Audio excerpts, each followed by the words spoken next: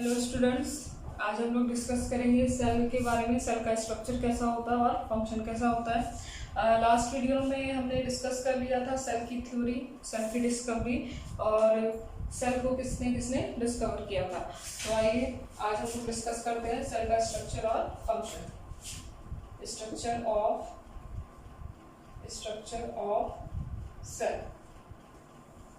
सबसे पहले अगर आपको सेल देखना है तो सेल देखने के लिए आप लोग के पास माइक्रोस्कोप होना चाहिए और जो ओनियन होता है, ठीक है, ओनियन होगा।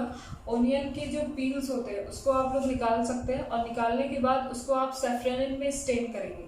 सेफ्रेनिन में स्टेन करने के बाद उसको वाटर से वॉश करेंगे और वॉश करने के बाद देन माइक्रोस्कोप आप उसको अगर ऑब्जर्व करेंगे तो ऑब्जर्व करने के बाद उसमें देखिए कैसा स्ट्रक्चर दिखेगा सेल का। तो सेल का इस तरह से स्ट्रक्चर दिखेगा आपको, यहाँ पे देखिएगा, ये देखिए इस तरह से आपको स्ट्रक्चर दिखेगा। हनी कॉम्ब लाइक स्ट्रक्चर, ये इस तरह से आपको स्ट्रक्चर दिखाई देगा। तो आप लोग माइक्रोस्कोप में, अगर आपके पास माइक्रोस्कोप अवेलेबल हो तो आप उसमें सेल का स्ट्रक्चर देख सकते हैं इजीली। तो ये देखिए बाहर की तरफ जो वॉल है इसको सेल वॉल कहेंगे। अंदर एक और मेम्ब्रेन होती है जिसको सेल मेम्ब्रेन कहते हैं, सेल मेम्ब्रेन। नेक्स्ट इसके बाद अगर बात करें तो इनके सेंटर पे प्रेजेंट होता है, सेंटर पे एक ऑर्गेनल प्रेजेंट होता है जिसको कहते हैं न्यूक्लियस। और अंदर एक जो एम्प्टी स्पेस होता है वो फिल्ड होगा एक वाटरी लिक्विड से जिसको हम लोग साइटोप्लाज्म कहेंगे, साइटोप्लाज्म। तो देखिए अगर सेल का आपको स्ट्रक्चर देखना है तो जो ओनियन पील होता है, ओनियन पील को लेंगे और स्टेन करने के बाद, सेफ्रेनिन में स्टेन करने के बाद वॉश करेंगे। वॉश करने के बाद अंडर माइक्रोस्कोप अगर इसको ऑब्जर्व करते हैं तो उसमें कुछ इस तरह का स्ट्रक्चर दिखेगा जिसमें सेल वॉल होगी, सेल मेम्ब्रेन होगी, साइटोप्लाज्म होगा, एम्प्टी स्पेस अंदर जो होता है, और सेंटर पे प्रेजेंट होगा न्यूक्लियस। तो इसके बारे में हम लोग कुछ इंपॉर्टेंट जो कंपोनेंट्स होते हैं सेल के उसके बारे में आज डिस्कस करेंगे।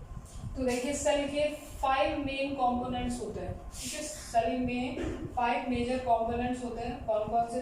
देखिए सबसे पहले क्या है, सेल वॉल।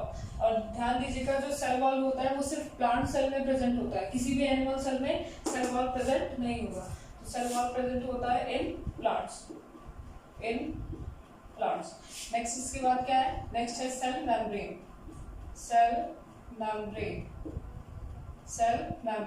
नेक्स्ट इसके बाद साइटोप्लाज्म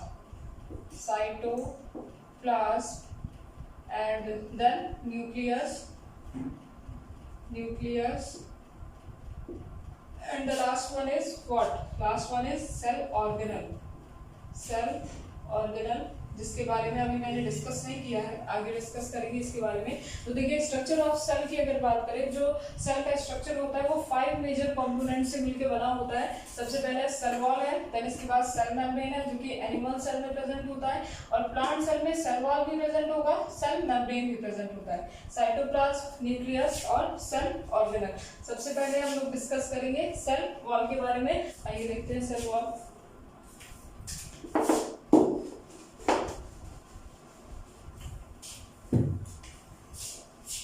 सेल वॉल का स्ट्रक्चर इस तरह से होता है।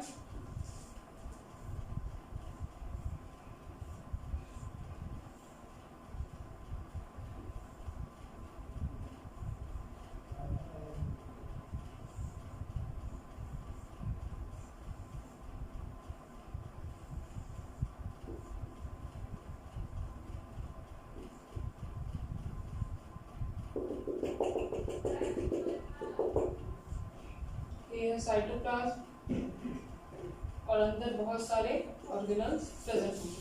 तो सबसे पहले देखिए सेल वॉल, बाहर की जो लेयर होती है, सबसे आउटर मोस्ट जो लेयर होती है उसको क्या कहेंगे? Cell wall. और अंदर की जो लेयर होती है उसको कहते हैं सेल मेम्ब्रेन। क्या कहेंगे? Cell membrane.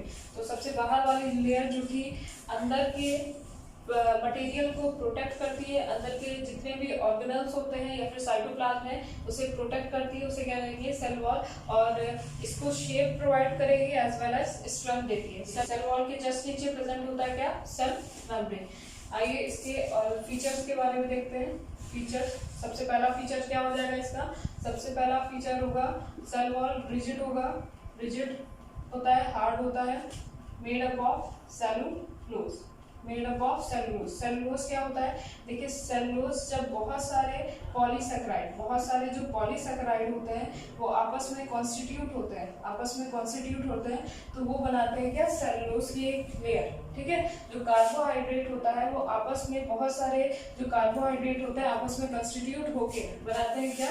सेलुलोज। और इसी सेलुलोज हार्ड लेयर की बनी होती है क्या? सेल वॉल, जो कि अंदर के जितने भी मटेरियल होते हैं उसको प्रोटेक्शन करेगी। नेक्स्ट इसके बाद होता है ये फुल्ली परमिएबल होगी। Fully permeable, fully permeable. Fully permeable का मतलब क्या है? देखिए फुल्ली परमिएबल का मतलब क्या होता है? फुल्ली परमिएबल का मतलब होता है वो किसी भी चीज को, ठीक है, किसी भी चीज को बाहर एक्सटर्नल एनवायरनमेंट में कोई भी चीज होगी उसको अंदर आने के लिए परमिट करेगी। तो सेल वॉल एक ऐसी लेयर होती है जो कि बाहर से किसी भी चीज को अंदर आने के लिए परमिट करेगी और अंदर से कोई भी चीज, किसी भी चीज को बाहर जाने के लिए परमिट करेगी। तो this is all about cell wall. अब आइए सेल मेम्ब्रेन में आते हैं। सेल मेम्ब्रेन, नेक्स्ट इसके बाद देखिए सेल मेम्ब्रेन, ये है प्लांट सेल का स्ट्रक्चर।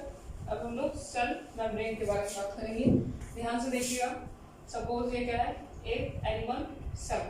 एनिमल सेल के अंदर प्रेजेंट है क्या? This is nucleus and this is the fluid जो कि एम्प्टी स्पेस में फिल्ड होता है। इसको हम लोग क्या कहते हैं? साइटोप्लाज्म। साइटोप्लाज्म। और जो बाहर की लेयर होती है, प्रोटेक्टिव लेयर, ये क्या होती है? Cell membrane. Cell membrane. तो देखिए सबसे पहले यहाँ पे देखिएगा न्यूक्लियस प्लस साइटोप्लाज्म। ठीक है, साइटोप्लाज्म क्या होता है? जेली लाइक फ्लूइड होता है और जब न्यूक्लियस और साइटोप्लाज्म आपस में कॉन्स्टिट्यूट होते हैं तो ये बनाते हैं क्या? ये बनाएंगे protoplasm. Protoplasm. Nucleus plus cytoplasm को क्या कहेंगे? प्रोटोप्लाज्म। यहाँ से अगर सेल मेम्ब्रेन को हम हटा दें, सेल मेम्ब्रेन को अगर हटा दें तो यहाँ पे क्या बचेगा? दो कंपोनेंट्स बचेंगे, न्यूक्लियस और साइटोप्लाज्म, जो कि बनाता है क्या?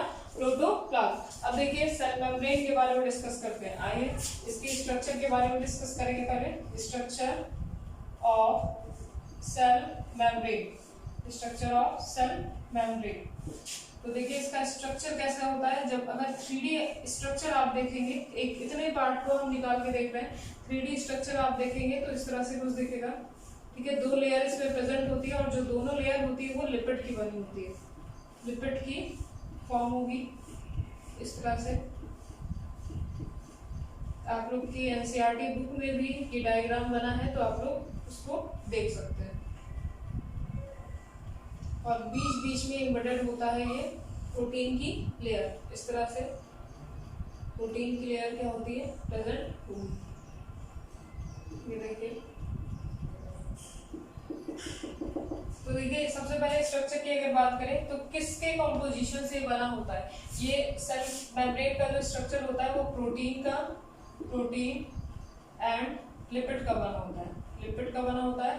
ये देखिए लिपिड की दो लेयर होती है। लिपिड की दो लेयर, एक लेयर ऊपर है और एक लेयर नीचे है। तो कितनी लेयर हो गई? दो लेयर हो गई, इसलिए इसको बाई लिपिड लेयर भी कहेंगे। By lipid layer. बाई का मतलब 2 हो जाएगा, लिपिड की 2 लेयर। लिपिड की जो 2 लेयर होती है इसी को क्या कहते हैं? By lipid layer. नेक्स्ट इसके बाद इनके बीच में जो बाई लिपिड लेयर होती है, इनके बीच बीच में क्या होता है? प्रोटीन एम्बेडेड होते हैं। 2 तरह के प्रोटीन इसमें प्रेजेंट होते हैं। एक होगा इंटीग्रल प्रोटीन, ये होता है इंटीग्रल प्रोटीन, और दिस इज द पेरीफेरी या फिर पेरीफेरल प्रोटीन। तो देखिए ये क्या होता है? इंटीग्रल प्रोटीन का मतलब होता है, इंटीग्रल का मतलब है इनसाइड मतलब कि ऐसे प्रोटीन जो कि लिपिड की लेयर के बीच में एम्बेडेड होते हैं, इसे इंटीग्रल प्रोटीन कहेंगे। और पेरीफेरी का मतलब ये होता है क्या? सरफेस। ठीक है। पेरिफेरी का मतलब ये होता है क्या, सरफेस। तो जो सरफेस पर प्रेजेंट प्रोटीन होते हैं इसे क्या कहेंगे, पेरिफेरल प्रोटीन। तो देखिए इसका जो स्ट्रक्चर था, बहुत सारे साइंटिस्ट ने इसके बारे में डिस्क्राइब किया था कि प्लाज्मा मेम्ब्रेन का स्ट्रक्चर प्रोटीन से बना होता है, सिर्फ कार्बोहाइड्रेट से बना होता है। बट सिंगर एंड निकोलसन नाम के जो साइंटिस्ट थे, इन्होंने सही डिस्क्राइब किया कि जो प्लाज्मा मेम्ब्रेन है वो लिपिड की 2 लेयर से और प्रोटीन से बनी होती है। नेक्स्ट इसके बाद अगर इसके स्ट्रक्चर के बारे में देखें तो ये क्या होता है, सेलेक्टिवली परमीएबल होगा, सेलेक्टिवली परमीएबल, सेलेक्टिवली परमीएबल का मतलब क्या है, कुछ सेलेक्टिव चीजों को ही, ठीक है, कुछ सेलेक्टिव चीजों को ही बाहर से अंदर आने देगा और अंदर से बाहर जाने देता है। जैसे मान लीजिए कोई गैस है, ठीक है, CO2 है, प्रेजेंट है बाहर की तरफ, और ये क्या है, CO2 प्रेजेंट है अंदर की तरफ। तो जिसका कंसंट्रेशन हाई होगा, सेल के अंदर का कंसंट्रेशन क्या है, हाई है। मान लीजिए सेल के अंदर का कंसंट्रेशन हाई है गैस का, और सेल के बाहर का कंसंट्रेशन क्या है, लो है। तो ये क्या करेगा, high concentration to low concentration की तरफ मूव करेगा, और जो अंदर का CO2 है उसको बाहर अलाउ करेगा मूव करने में। तो कुछ सेलेक्टिव चीजों को ही अंदर आने देता है और कुछ सेलेक्टिव चीजों को क्या करेगा, बाहर जाने देगा। तो इसीलिए इसको क्या कहेंगे, सेलेक्टिवली परमीएबल मेम्ब्रेन। तो ये हो गया आपका प्लाज्मा मेम्ब्रेन के बारे में, सेल मेम्ब्रेन के बारे में। अब इसके बाद देखिए इसका फंक्शन क्या होता है।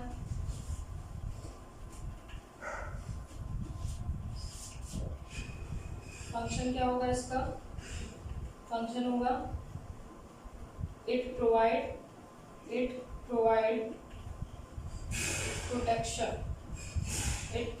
प्रोटेक्शन, मतलब कि जितने भी अंदर के ऑर्गेनल्स होते हैं, सेल के ऑर्गेनल्स होते हैं या फिर साइटोप्लाज्म होते हैं, उसको प्रोटेक्शन प्रोवाइड करता है और बाहर के इन्वायरमेंट से इसे क्या करेगा, प्रोटेक्ट करेगा। मैकेनिकल स्ट्रेंथ भी प्रोवाइड करेगा और कुछ सेलेक्टिव चीजों को ही अंदर से बाहर और बाहर से अंदर आने देगा। तो this is all about cell membrane and cell wall. Next lecture में हम लोग साइटोप्लाज्म, न्यूक्लियस और सेल ऑर्गेनल के बारे में डिस्कस करेंगे।